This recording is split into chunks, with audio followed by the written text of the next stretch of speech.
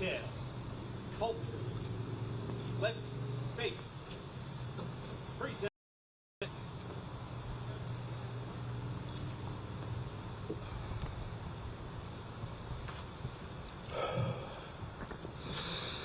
Oh, say, can you see by the dawn's early light what so proudly we hailed at the twilight's last gleaming, whose broad stripes and bright stars through the perilous fight o'er the ramparts we watched were so gallantly streaming, and the rocket's red glare, the bombs bursting in air, gave proof through the night that our flag was still there. Oh, say, does that star-spangled banner yet wave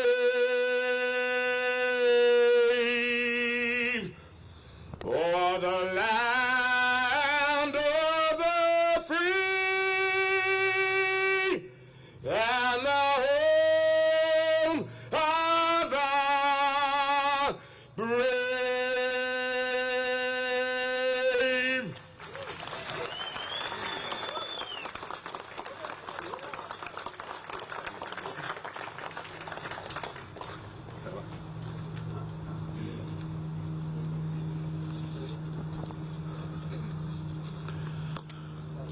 We gathered here today to celebrate the dedication of World War II Memorial in Myrtle Beach, South Carolina. World War II was by far the most defining event of the 20th and the 21st centuries. May God bless the City of Myrtle Beach and its beloved leader, Mayor Brenda Bethune, and the Council for investing in creating this memorial. May God be with the people who will maintain it. May God bless all of us here who gathered this beautiful afternoon to make this place a meaningful place that it needs to be. World War II was a devastating human catastrophe where close to 70 million people lost their lives. Many more were injured physically and more than that mentally. Economies were shattered and superpower crashed. The United States of America rose to the occasion, bringing this war to an end. The United States of America has been ever since the responsible party for the entire world, a beacon of light. The United States is the heart and lately the conscience of this world. In the last few years, America sent 2 aircraft carriers, a nuclear submarine to the Middle East, making sure that the war in Gaza does not become another world war. America is the conscience of the world. America is the only one that has the power to do that. May God be with the United States of America and its armed forces. May this memorial serve as a place to learn this most important chapter in history of the world. Every child in school, every student in college, yes, every student in college must come here and understand what devastation human can bring unto themselves. I consider myself as a second-generation victim of World War II, as both of my parents were Holocaust survivors. My father's family was taken deep into Russia next to the Siberia border. My mother came back home to the Warsaw Ghetto to find that her family was taken away to Auschwitz. She was told run. She ran back to the Catholic family whom she worked for. They were brave and courage to heed her for the 3 more years until the war was over. Both came to the land of Israel to get married. My mother would cry at night, God, why did you leave me on this earth? This is a phenomena of guilt among survivors. I vowed that I would be the answer. I would do my best to make up to the numbers that Hitler killed. Thank you, veterans, for saving my parents' life. I wouldn't be here otherwise. Yes, World War II was a place that 6 million Jews were killed just because of their religion. 1.2 million of them were children. Unbelievable.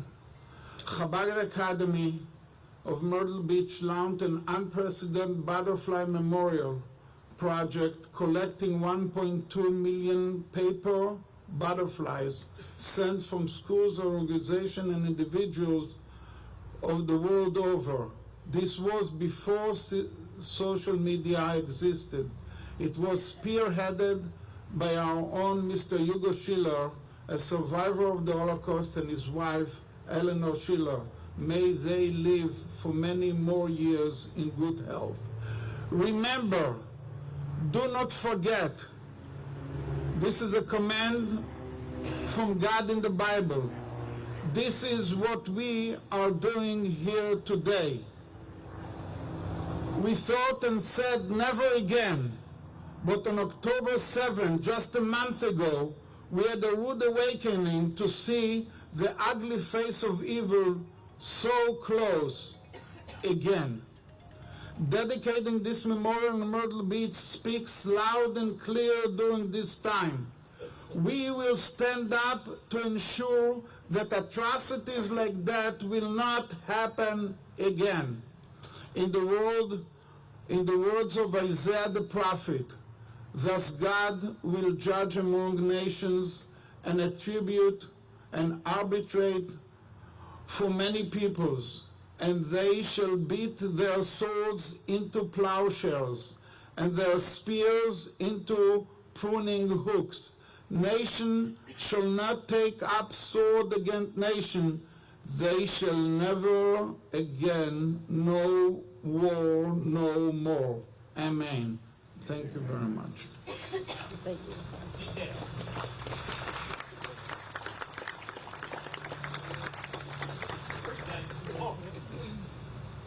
I pledge allegiance to the flag of the United States of America and to the republic for which it stands, one nation, under God, indivisible, with liberty and justice for all.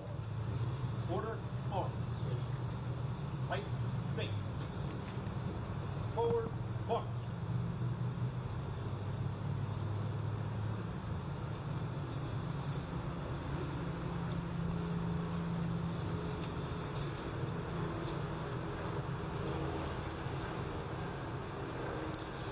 You may be seated.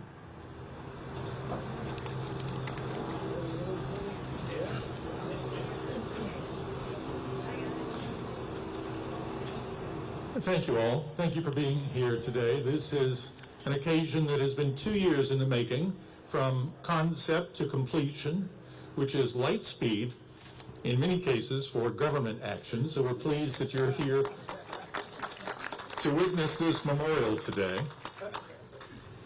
We have a number of dignitaries here to recognize, none more important than our World War II veterans, certainly, and we'll meet them here shortly. Members of City Council are here. Council members are scattered about a bit. If you'll stand, please, City Council members.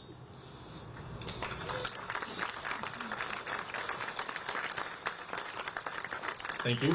We also have Colonel Buddy Stiers from the Myrtle Beach Air Base Redevelopment Authority, and members of his board here as well. If you're with the Redevelopment Authority, please stand. And again, no one will outshine our World War II veterans today. We'd like to thank Paul Gonzalez and the Crest Winds Veterans Group for handing out our programs today.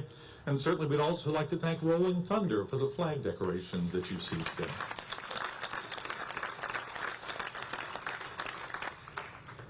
We have 11 World War II veterans here today. 10 are listed in your program. The 11th was a last-minute addition, and we're pleased that he is here, in fact, in his dress blues, no less.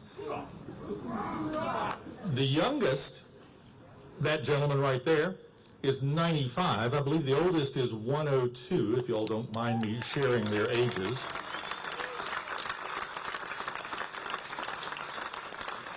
So more than 1,000 years worth of dedication to our country and to their military service. Thank you, gentlemen, for being here, and thank you for your families making this possible today.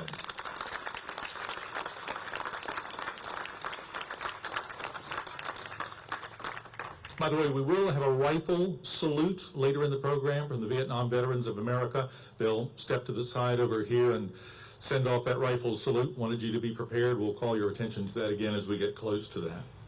Myrtle Beach was a military town for nearly 50 years. The Myrtle Beach Army Airfield operated here from 1940 to 1947 and grew out of the city's plans to expand what were 2 grass runways here and create a modern airport. In 1940 and 41, the U.S. Army Air Corps trained civilian pilots here for the Civil Air Service. And then in December 1941, just a few days before Pearl Harbor, the Myrtle Beach Town Council agreed to give its new airport to the U.S. War Department to serve as an aerial, gunnery, and bombing range. That official vote occurred December 16, 1941. The airport was officially renamed the Myrtle Beach Bombing Range in May 1942. Observation squadrons, an aviation squadron, and fighter squadrons trained here during World War II. The Myrtle Beach Army Airfield then was deactivated after the war, and the airport was returned to the City of Myrtle Beach in 1947.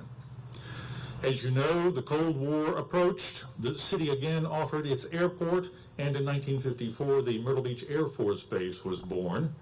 At its peak, some 5,000 military and civilian personnel occupied the Myrtle Beach Air Force Base, contributing greatly to our economy here in Myrtle Beach. The base closed in 1993, and the city began planning how to reuse all of that acreage. What we think of today as the Market Common area was on the drawing board in 1995, and what you see here today, this development to my right, very closely matches those plans from 27 years ago. The city and the Redevelopment Authority also were determined to preserve the history of the Air Force Base, which we've done through Warbird Park and the other monuments and memorials scattered around. And with today's ceremony, we are preserving the history of World War II, both our part in it and the larger efforts of this country in the world. It's my pleasure now to introduce to you Myrtle Beach Mayor Brenda Bethune. Mayor.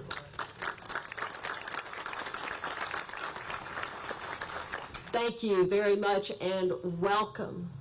I want to start by saying I don't think there is anything more beautiful than a group of people gathered together to say the Pledge of Allegiance. What a wonderful sound that is. So thank you. On behalf of our City Council, it is an honor to be here today. This is a very special event for us, as it is for many of you. And I want to also thank my fellow council members for being here today. I want to give a very heartfelt thank you to Mr. Chris Miller, wherever he is, and his team for building this monument. Thank you.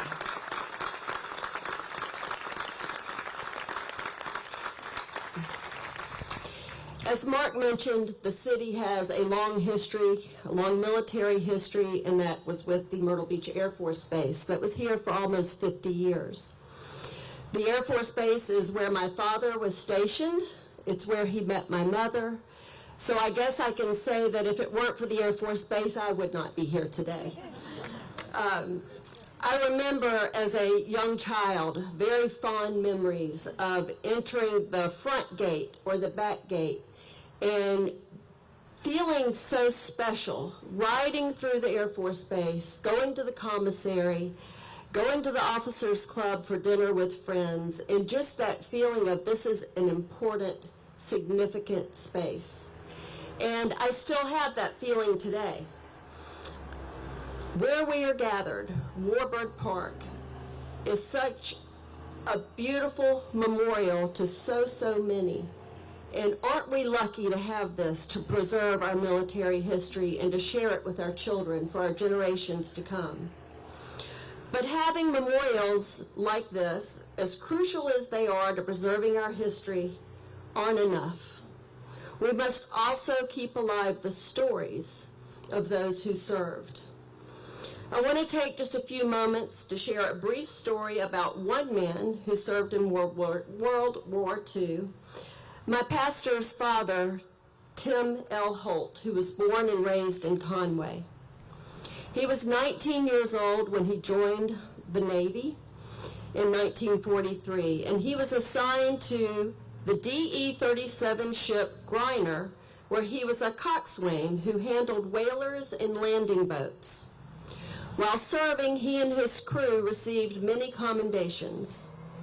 He was discharged in 1945 and received $62.42.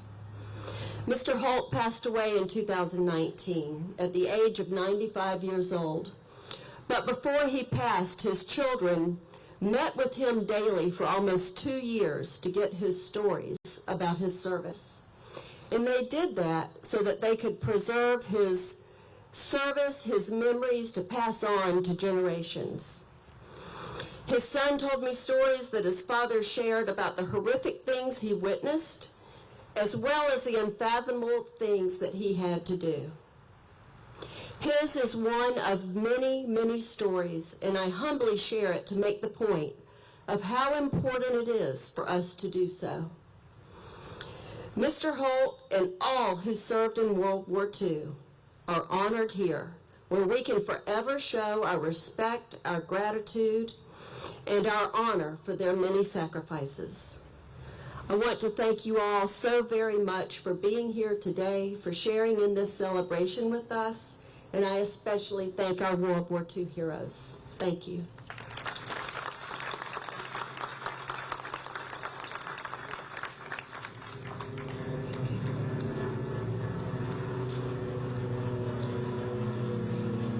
We're pleased to have the Southern Gentlemen of the Low Country Chorus here today for some period-correct tunes to entertain us this afternoon. Gentlemen?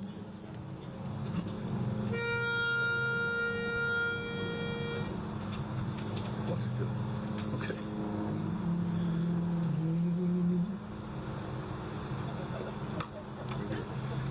You ready? You're good. Ra-ta-ta-ta-ta-ta-ta-ta, oh, I'm a Yankee Doodle dandy, a Yankee Doodle do or die, a real live nephew of my Uncle Sam. I was born on the 4th of July. Yes, sir, in July. I've got a Yankee Doodle sweetheart. She's my Yankee Doodle joy. Yankee Doodle come to London just to ride the ponies. I am a Yankee Doodle boy.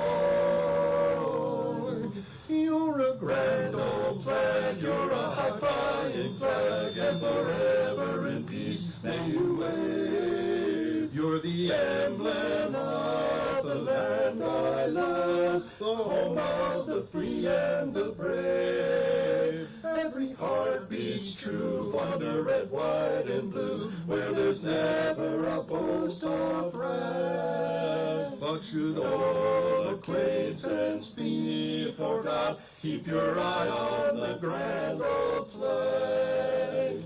And then give my regards to Broadway. Remember me to Herald Square. Tell all the gang at 42nd Street that I will soon be there. Whisper of how I'm yearning to mingle with the old-time crowd. Give my regards to old Broadway and say that I'll be there ere long. Oh, Yankee Doodle Dandy, you're a grand old flag. I'm gonna be there ere long.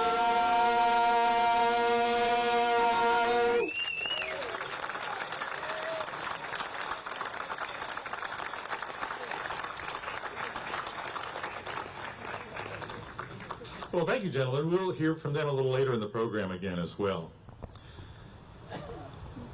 This front row right here is our row of honor. There are 11 World War II veterans sitting in front of me, which is an amazing thing. Meredith put out a call for World War II veterans, and what started as a trickle became a flood, and we ended up with 11, which is just nothing short of amazing. 10 of them are listed in your program. I will not read all of their biographies, but I want them to wave or stand if they're able as I introduce them and talk a little bit about them. Where is Alan Green, United States Army? Alan Green, please wave your hand, please.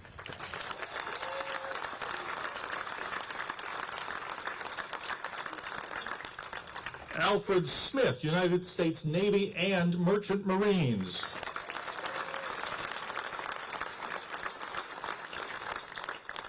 Edson Myers, United States Army. Thank you, sir. John Walker, United States Army Air Corps.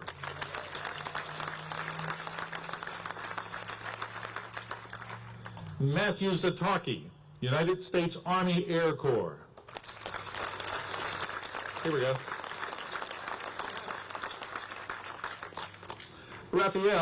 Ralph Vernacchio, United States Army.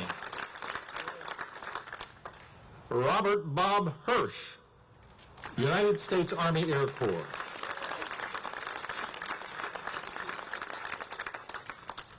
Robert Varner, United States Navy, both World War II and the Korean War.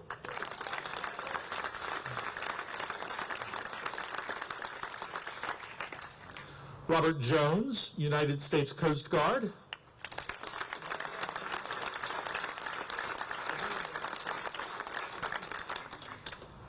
Theodore Ted Ackley, United States Navy.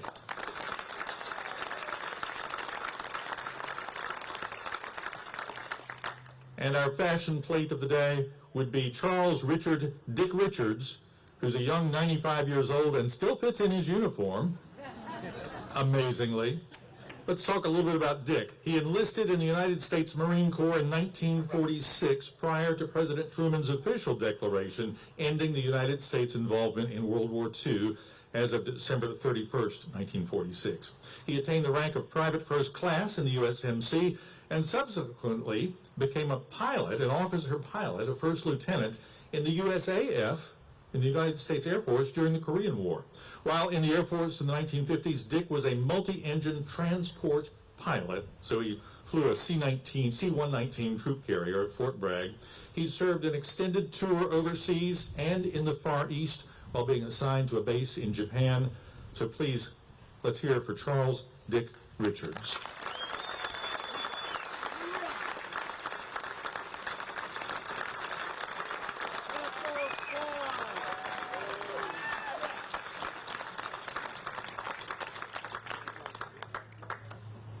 This would be a good time to recognize all veterans who are in the audience today. If you served our nation in the armed forces or in the Merchant Marines, please rise and be recognized.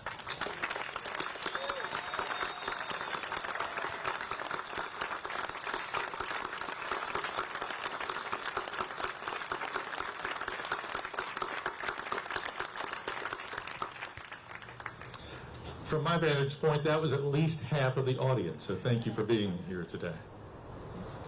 Let's talk a little bit about this memorial that's in front of us, and we'll introduce some of the players before we hear from Mayor Hirsch here in a minute. The military flags that fly atop the World War II flags that were period correct during the war. They're the service branches plus the merchant marines during the war years. You'll note that there's not an Air Force flag because the Air Force did not yet exist at the time the war ended. So it's the Army Air Corps flag here, which apparently is very hard to find, by the way.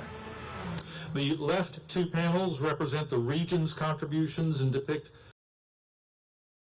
panels represent the contributions that the Myrtle Beach area and the Army Airfield had in preparation for the World War II.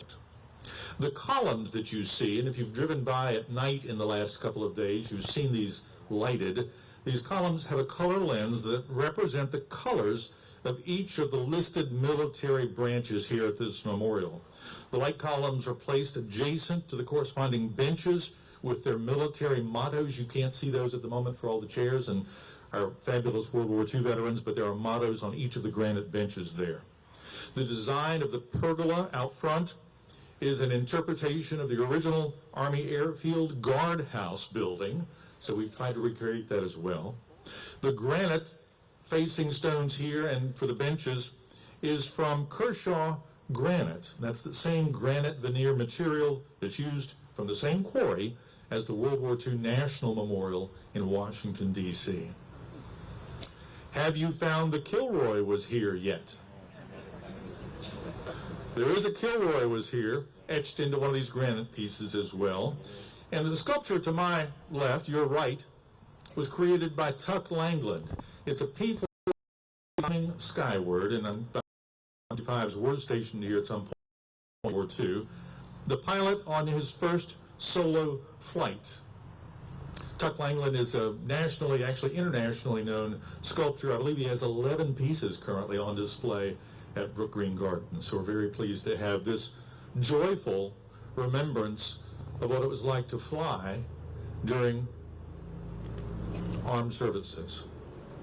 Finally, we're sitting on a map of the world which fills the memorial's plaza with significant battles identified through 17 bronze plaques, plus the Myrtle Beach star over here as well. The ocean is represented through recycled blue glass that was then revealed through sandblasting. So let's give the folks who designed and created this memorial a nice big round of applause, please.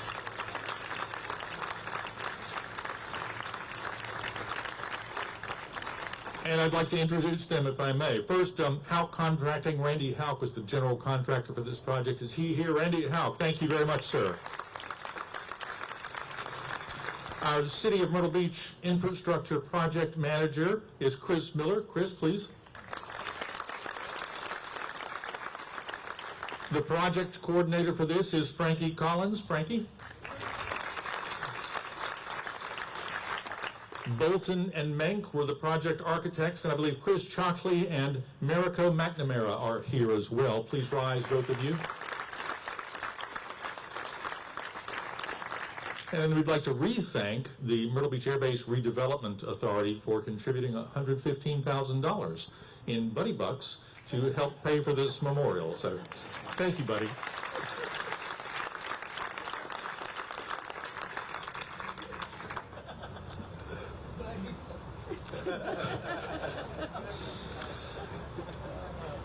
It's now my pleasure to introduce to you one of our World War II veterans, former mayor of Myrtle Beach, Bob Hirsch, who served from 1970 to 1974, and then again on City Council at a later point. Bob recently came to City Council and celebrated his 100th birthday with us. And we'd like to hear from Bob today first. Here we go. Thank you. Mayor Bob Hirsch, World War II veteran.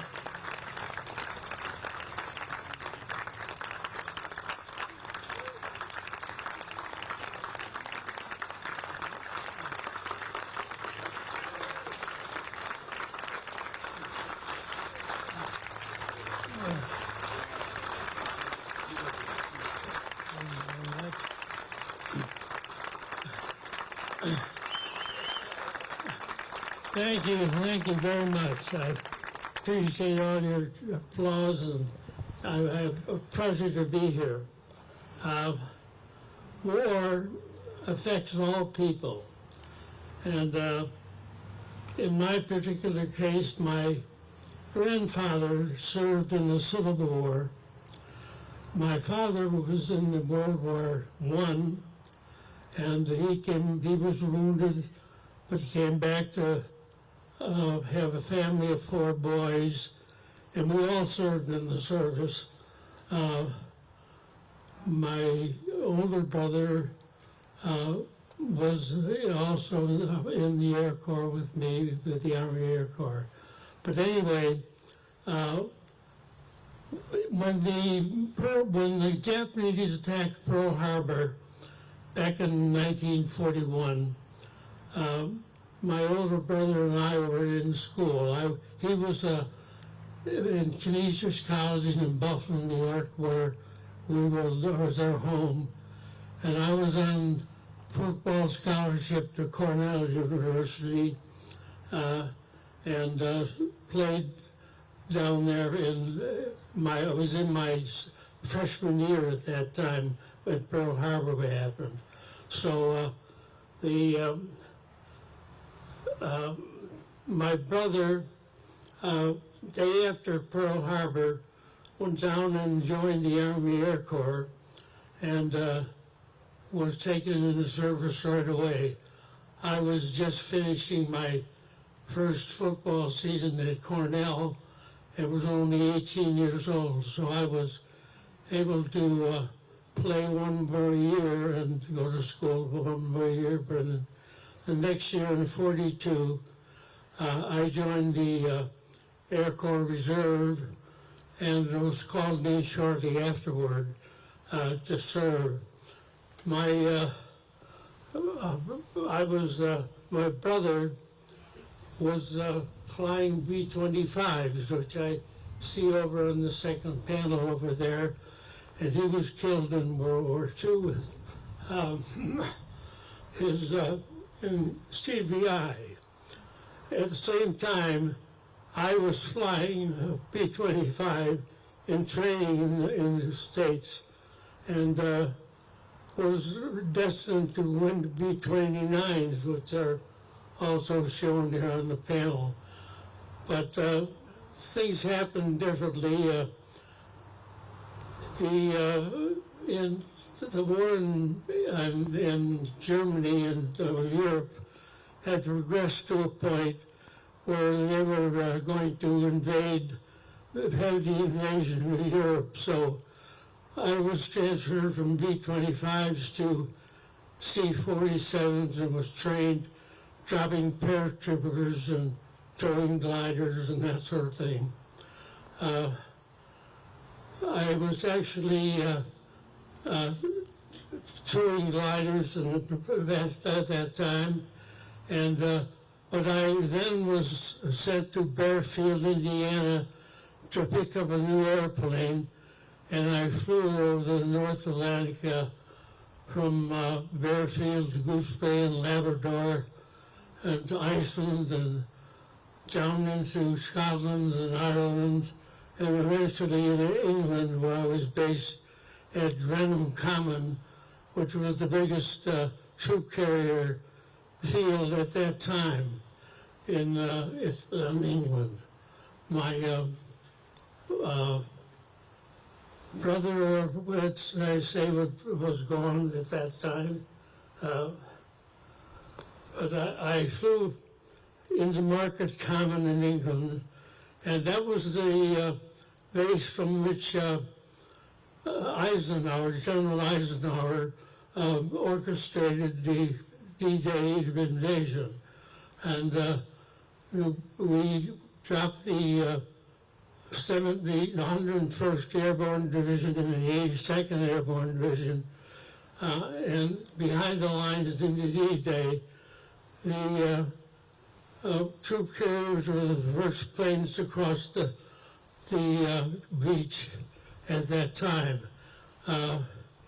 Actually, we took off very early in the morning, and were behind the beaches with men on the ground before the amphibious group ever reached the beach.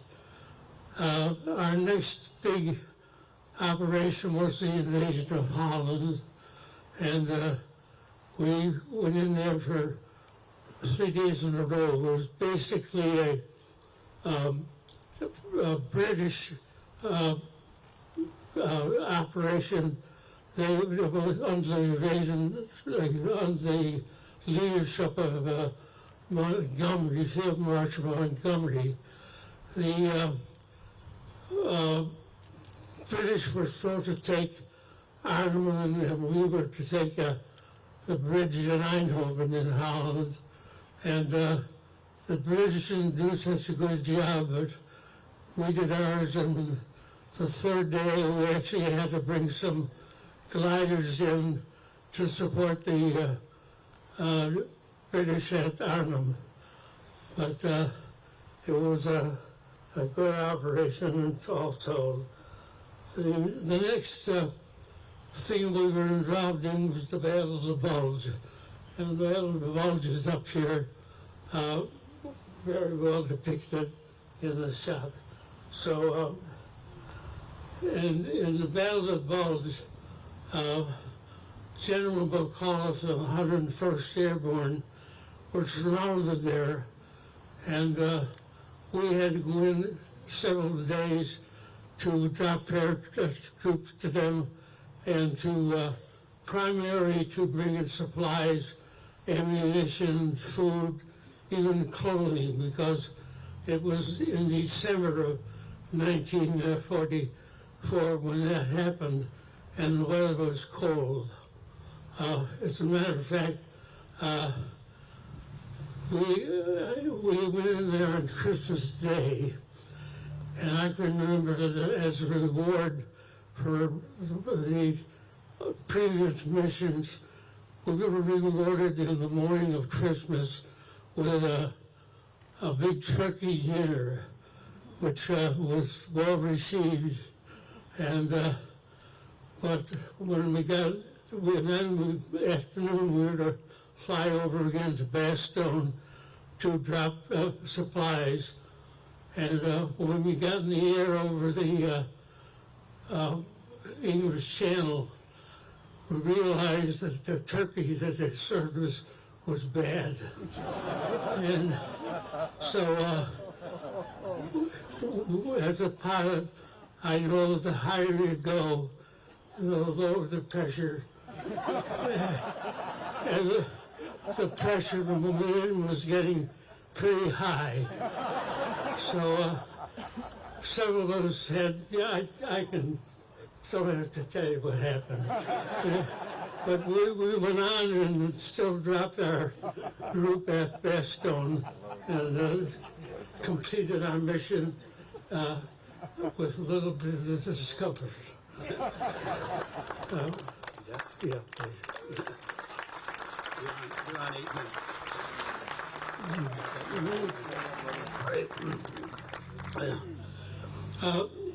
After the Patton got in and released killed all the Germans around Bastogne, we went in several days afterward and evacuated wounded from there. And our flights, we bring them back to England, and our flight surgeon spent the whole day just amputating limbs because the troops there, the 101st Airborne, were in foxholes and had frozen feet and trench foot, and were having a lot of problems. So although they had gangrene would set in and so on, and the limbs had to be eliminated. I had the opportunity to encounter, while I was overseas, some pretty prominent names in the battles of Europe. And then one time when Patton was going across France and at high speeds, he was running out of gas, so we were commissioned to fly gasoline into him to support him so they continue going. And I was at Reims in France. They were unloading a jerry can full of gas from my airplane, and a truck pulled up alongside, and in it was a soldier who'd come out of the passenger side and walked over me. He said, "Lieutenant, are you flying back to England after this?" And I said, "Yes, sir." He said, "Well, I have a truckload full of champagne and cognac in here, and I think I have to take it back to England. Compliments to General Patton." And I looked up and he had 2 stars on his helmet. It was Patton himself. And we stood around and talked for a while they loaded the champagne on. And I successfully completed that mission.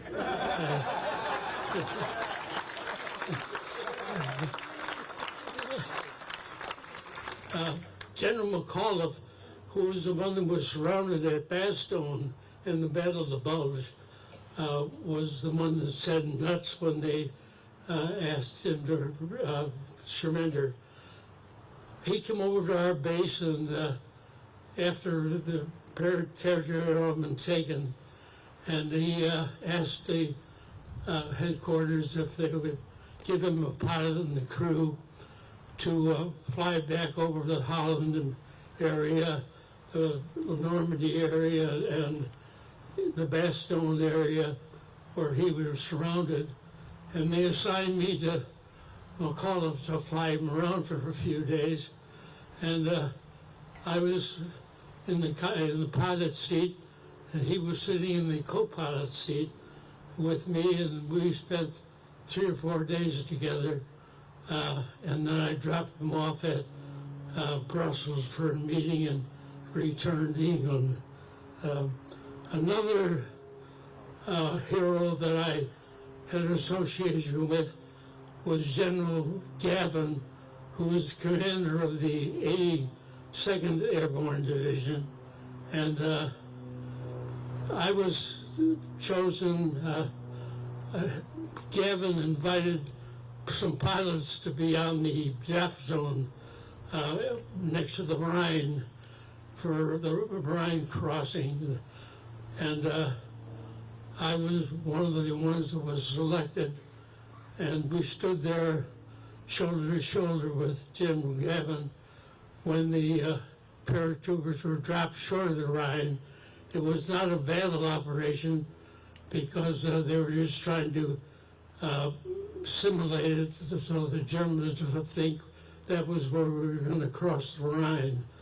But General Gavin was the youngest, battalion or division commander in Europe at that time. And he was 37 years old, and I was standing there with him. I was 21. So after the war ended in Europe, we took POWs and returned them to bases, and displaced persons. And then I, whoops.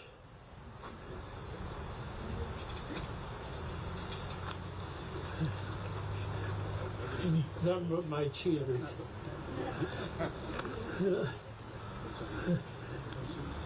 Yeah, okay. As a matter of fact, I was saying, Rabbi, there are people who have said there was no Holocaust, and I can vouch for the fact that there was a Holocaust because we delivered several plane loads of Jews that were in the concentration camps, and I saw many of the emaciated people at that time, and there was a Holocaust. And so I flew my own plane back from Europe over the North Atlantic again, and landed in Westover, Massachusetts. And I went back to Cornell and played football again, and graduated in mechanical engineering. I was also, I got married after I got back to my high school sweetheart, and we had 10 children.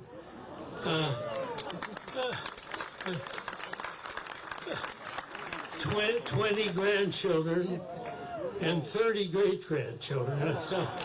And there's a young lady in the audience today, one of my granddaughters, who is going to present my 31st great-grandchild next week.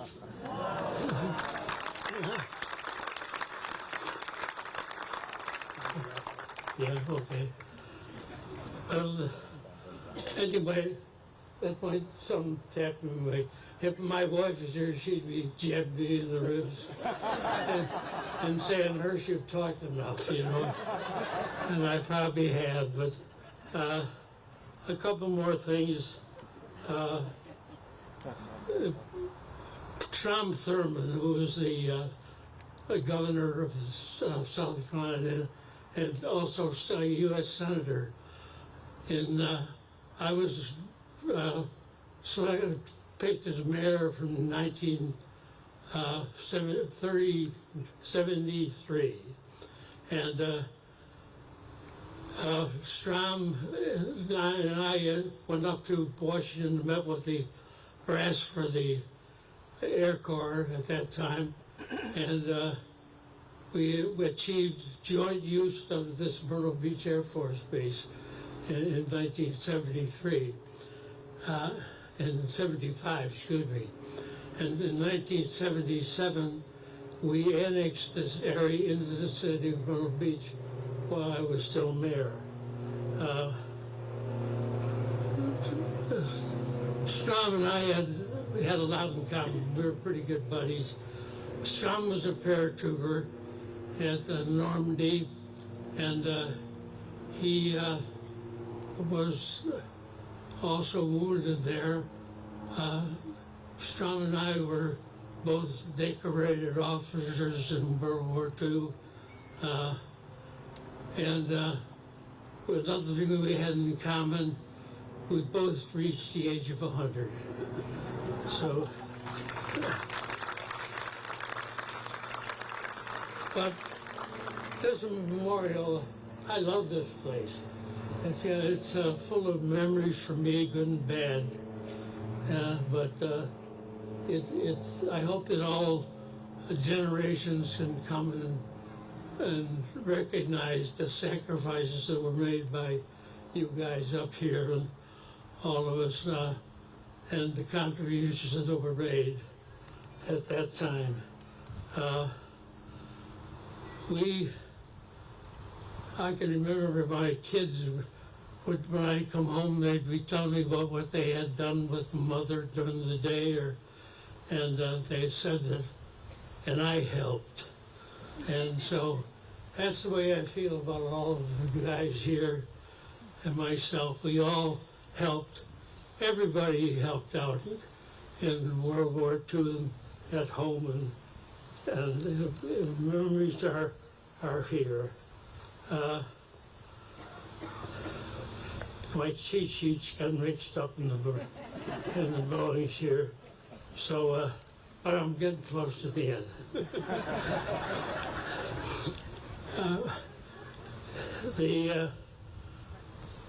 My father moved from World War. He moved down here with us when I came down with our family, and today we have 3 of my children here.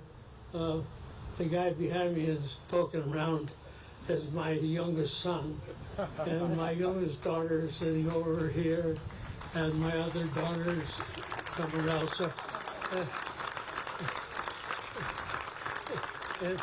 and we're all grandparents. So, well, I'm getting my voice message now that I'm here. But one more thing I wanted to say at the end, and I guess it's a plea that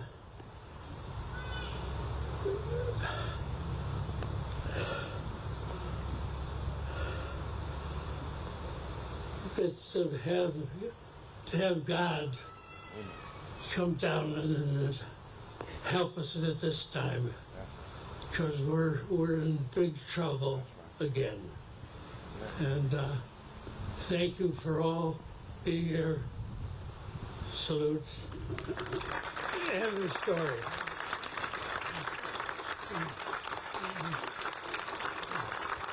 Okay.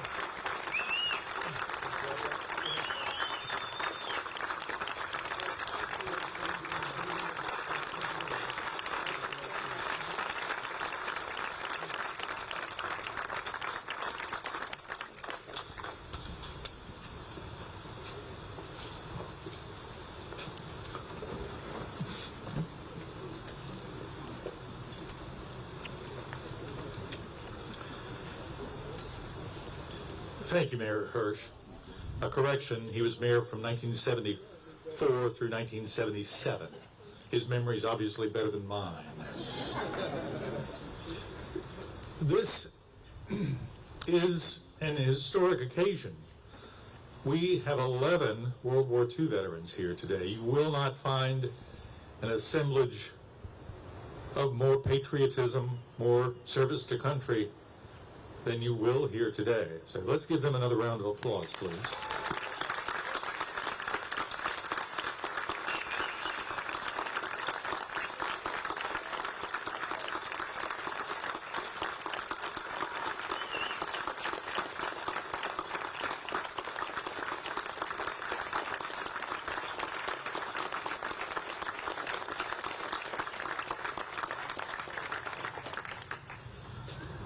We're pleased to have Festive Brass, which will perform for us, as well as the Vietnam Veterans of America.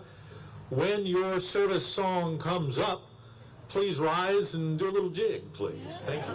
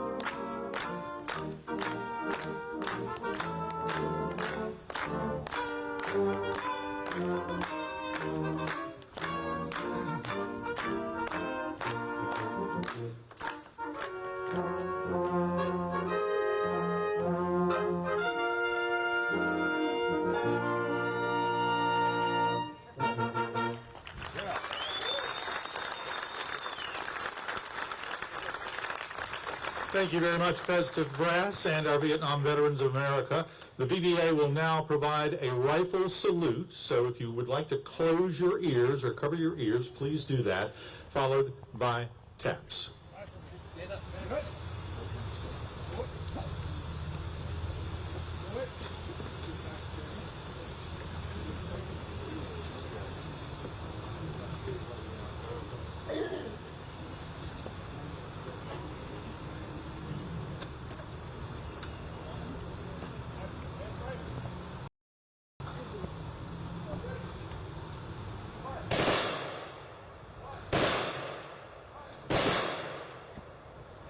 Present arms.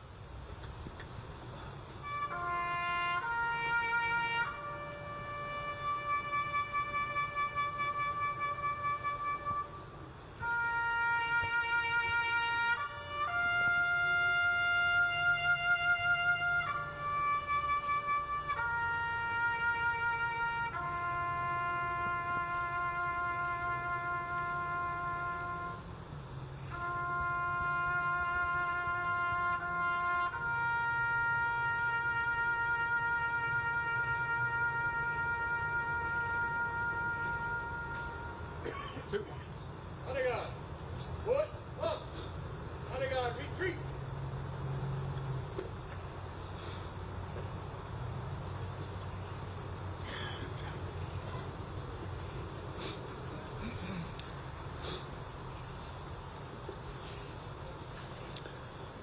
You may be seated.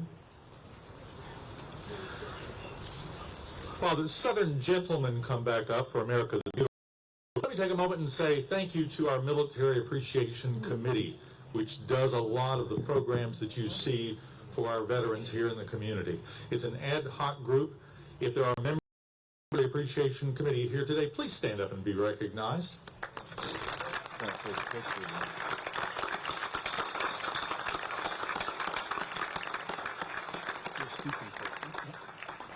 Gentlemen, take it away.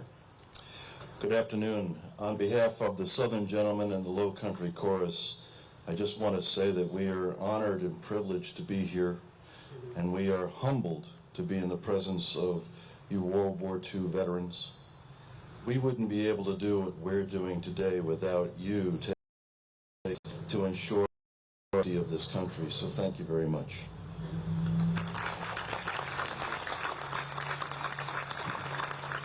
This particular song says that the Southern Gentlemen are going to be singing America the Beautiful, but what it should have said is the Southern Gentlemen and approximately 500 guests will be singing.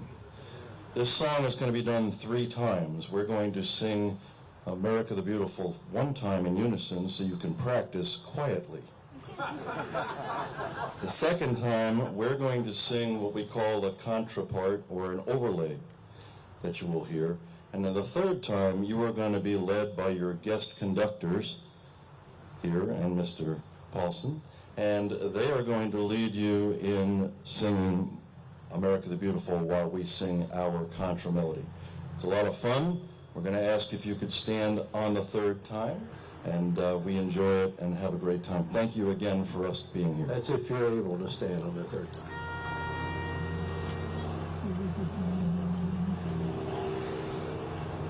Oh, beautiful for spacious skies, or amber waves of rain, for purple mountains, majesties above the fruited plain,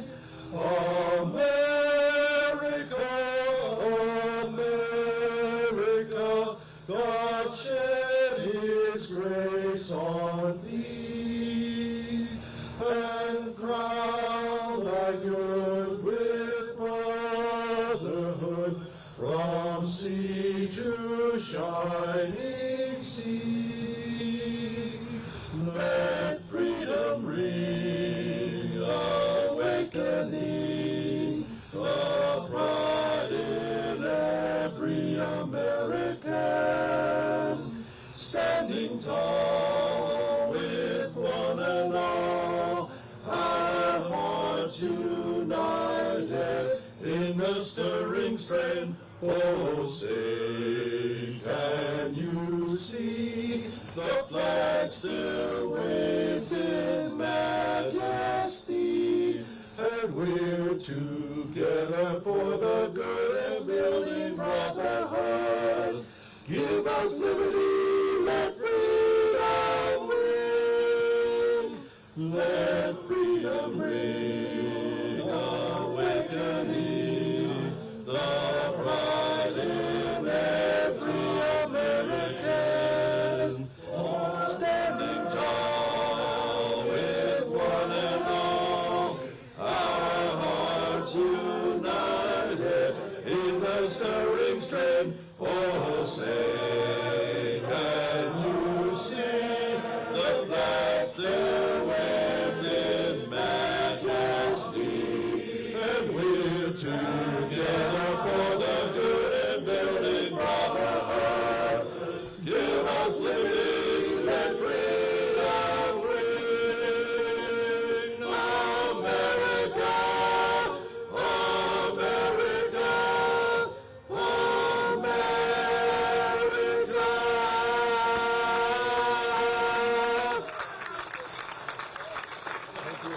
Thank you. God bless y'all. We'll meet again here tomorrow to practice that one time. Mark's got a great voice, too. Only on every third note. Again, thank you for being here today to help us celebrate the dedication of this World War II memorial that means so much to Myrtle Beach, but much to the country as well, as you've seen and heard from our World War II veterans today. I want to thank Festive Brass for being here, the Southern Gentlemen, the Low Country Southern Gentlemen for being here today. That's been a great contribution to our event today as well. Certainly want to thank our staff, Meredith Denary, for helping put all of this together as well, plus our PR, Parks, Recreation, Sports, Tourism staff as well. So thank you to the city as well.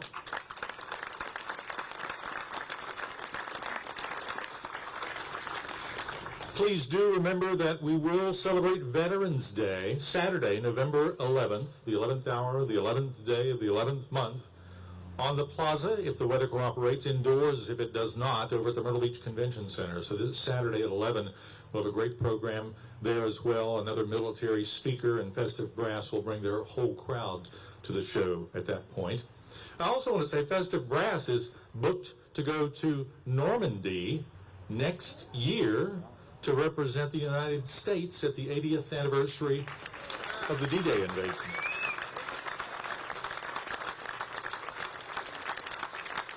And last May, for the first time, we had them do a concert all unto themselves, and we'll plan that again for next May. If you missed that last year, you missed a great show. So look for that on the schedule. So again, Veterans Day this Saturday at 11 o'clock at the Myrtle Beach Convention Center. We'd also like to get a photo of our World War II veterans immediately afterward if we can, so bear with us while we do that, while we give them their marching orders one last time. And again, thanks to everybody for being here today. Now, as if you did not have enough group singing, we're going to try this again. In the back of your program are the words to "We'll Meet Again." One of those refrains is going to be familiar. The other 16 are not. So let's see how we do here today. Oh, we're starting on the second one, the one we know. Yay! Here we go. Festive Brass again. We'll meet again. I'm going to play an intro. I'll turn around and we'll bring you in with "We'll Meet Again." Thank you so much.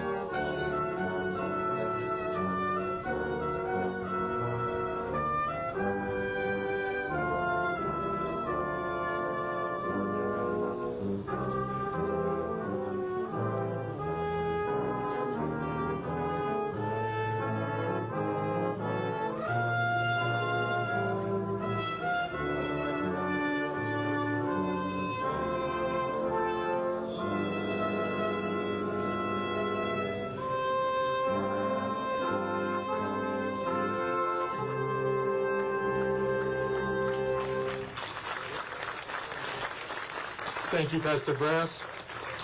Practice is tomorrow at noon. So,